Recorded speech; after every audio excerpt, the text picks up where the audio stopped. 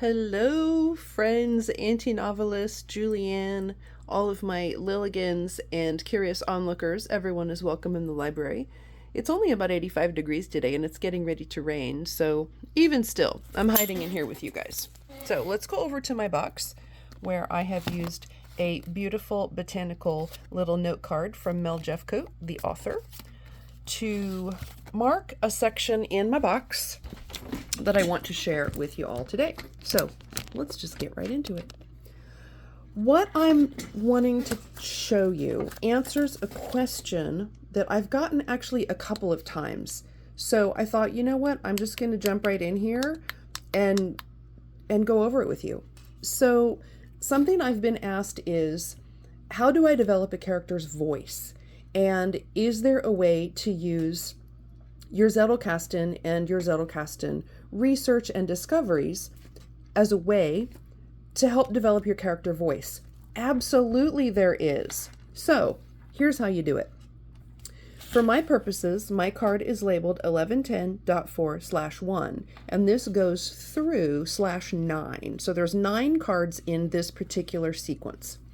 This sequence lives over in my Zettelkasten in an area where I collect dialogue. Now you'll see this one is labeled dialogue at question, okay? I've got dialogue at argument. I have a couple of, there's only one left now. A blank dialogue card. Well, often I will pre-create blank cards and just stick them as placeholders in areas where I'm doing writing, so that when I discover something or I need to record something or save it, I just grab that blank card, write down my idea, stick it over in the index and cross-reference it, and I'm good to go. So that's a little pro tip. If you want to pre-number some cards and just have them sticking in your box with maybe a little place marker or a recycled postcard, then you can get right back to those things. It's all about getting the words on the page and not breaking that writer flow when you're in it. Let's see, I have another couple of blank ones here. I've got dialogue at random, another random, and then I have literally just a little slip of paper that I have slipped in behind this stack just as a placeholder to remind me to put it on the card. So let's see what we have here. Dialogue at question. The first question is, you do know this is a trap, right? The next question, what if we've been wrong the whole time? The third question, is there anything he doesn't know? And I've highlighted in pink, which tells me this is related to Tara, my main female character, and the name highlighted is Chad. So I'm thinking to myself as I'm writing this card, is there anything he doesn't know is something Chad is going to say, probably in relation to the main male character Branch, because Chad's a little jealous, but I didn't tell you that. On card /2. This one is striped in blue, which tells me it's probably something to do with Branch. And this is the arguments card. How can you possibly have figured that out in one day?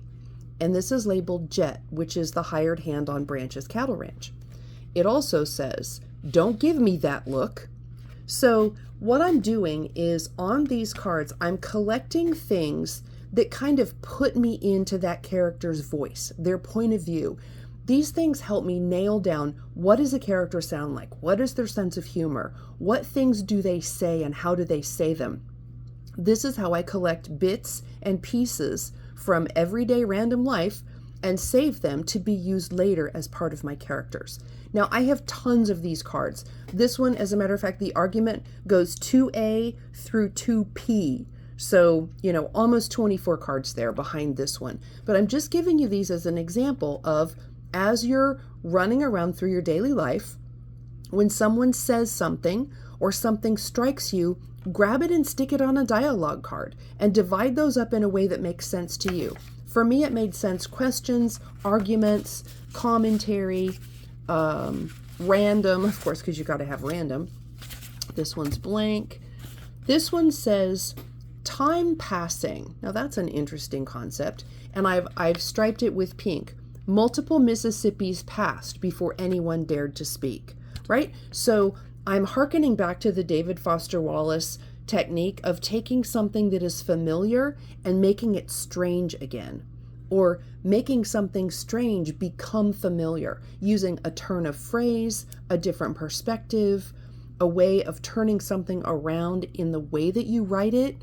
Those are interesting little things that you throw in. I like to think of it as a service to my reader. We all love our readers more than anyone because without them, we wouldn't be writers. So in this way, I'm always thinking about how can I rephrase or reframe something so that it is an interesting tidbit for my reader to discover as they're reading along. I think the idea of throwing someplace into the novel multiple Mississippis passed before anyone dared to speak just sounds cool to me. So that's another way of connecting and collecting those little bits throughout your day and then turning them into usable pieces for your story. Blank dialogue card. Here's dialogue at random. This one says, after all this back and forth, we don't need a fifth. Another turn of phrase. This one is striped blue, so it's something Branch would likely say. You've got a hitch in your get-along. Cracks me up every time. But he's through and through a cowboy and lives the Western life. So that's 100% something that he would say, which we will come to find out. He and Tara will have kind of a banter between them that hopefully will hint at their becoming romantically involved and strengthens their relationship because they have that banter. I have another one, dialogue at random, that's labeled got a bee in her bonnet. So again, one of those funny colloquialisms. I'll let you join me as I stripe that one with blue so that I know that's a Branchism. This one is a quote that I grabbed. This is a memory of a movie line from the movie Searching for Bobby Fischer. It's about a young boy who is a competitive chess player, and his teacher is really hard on him. And at one point, his teacher instructs him to play through the move sequence in his head, not actually moving the chess pieces, and he tells him, don't move until you see it. So he's instructing him to hold his moves until he sees through the whole game and understands what the winning move is. So this is something that I intend to use as an opening quote for a chapter, which is why it's labeled quote, because this is going to be the opening quote for a chapter where one of my main characters makes a major discovery. But the context of the chapter is the instruction, don't move until you see it. So that concludes today's episode. What I want you to take away from this is start collecting bits of conversation. Start collecting things that maybe you overhear or that strike you as funny or strange or in some way interesting. Get those little bits down on the cards, because what you want to find is those help you build out those character voices. They help you distinguish one character from another by using actual language and conversation. And they also help lock you in to your writer's mind for how to capture and best portray those characters and then put them in relation to one another so that your characters always each have their own distinctive voice. So get those things down on the cards, start developing your own categories for dialogue or overheard snippets or even things that you dream up, and pack those cards away into your box. That way, when you sit down and start to do your writing, you've got those things at hand that lock those character voices in. With that, I will leave you to go start creating your own dialogue and snippet cards. I encourage you to create many and often because I promise they will come in handy.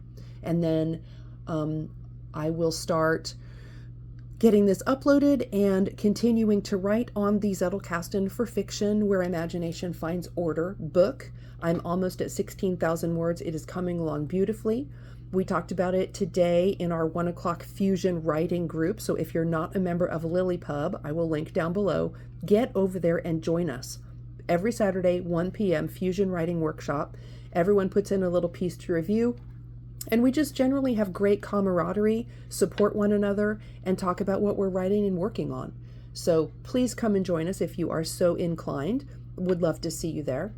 But everyone agrees that this book is coming along, and I'm very encouraged by the feedback that I'm getting, and I can't wait to get this book for how to use the Zettelkasten in your own fiction work into your hands. I'm so excited. So I will see you tomorrow. Get your words down on the cards and get those cards into scenes because that's what we're here for.